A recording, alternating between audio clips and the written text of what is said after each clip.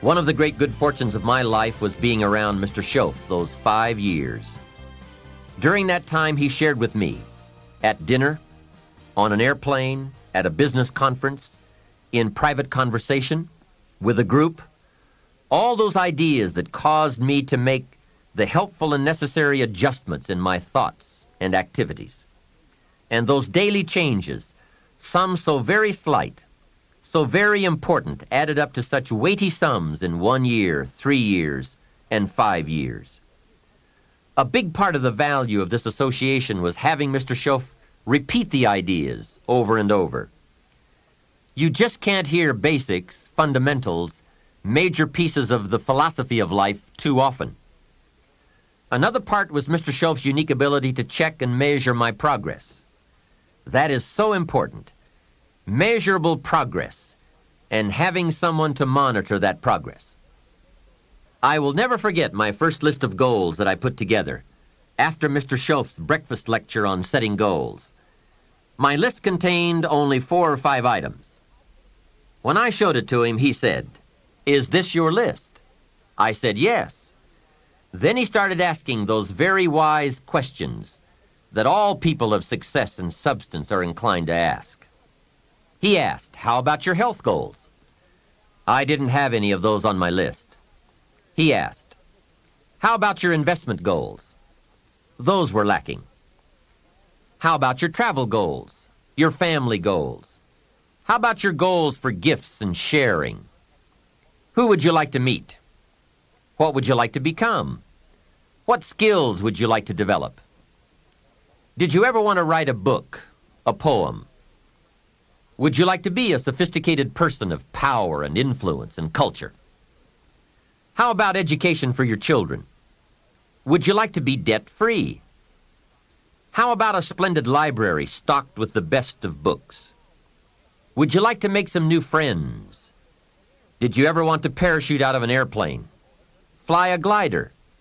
Own a music library? Would you like to see New York? Visit Paris? Explore Rome? Do you need a ranch someday? A cabin in the mountains? Is there something you'd like to prove? A mark you'd like to make? Wow, what a mind-expanding conversation that was.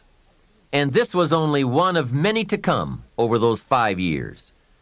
What fantastic help it is to have someone who can ask the right questions. Remember, it's not just the answers that are important.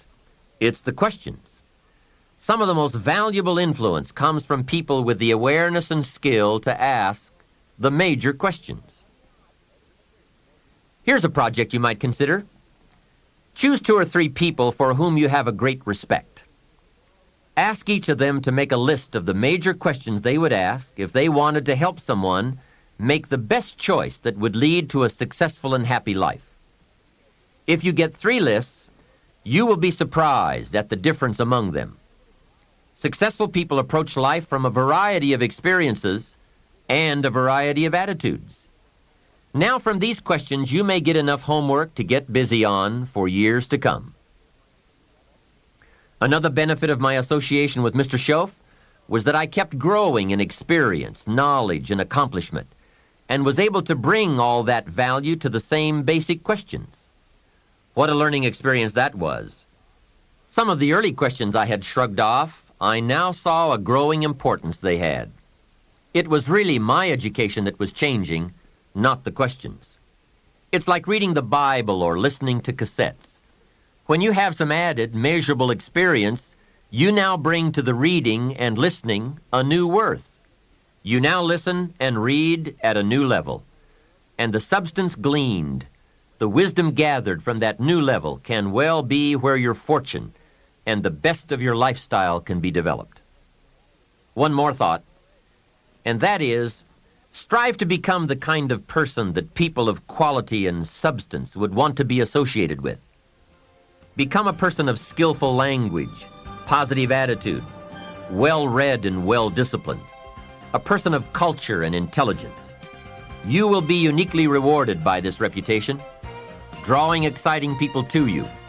Remember, to attract valuable people, you must be attractive.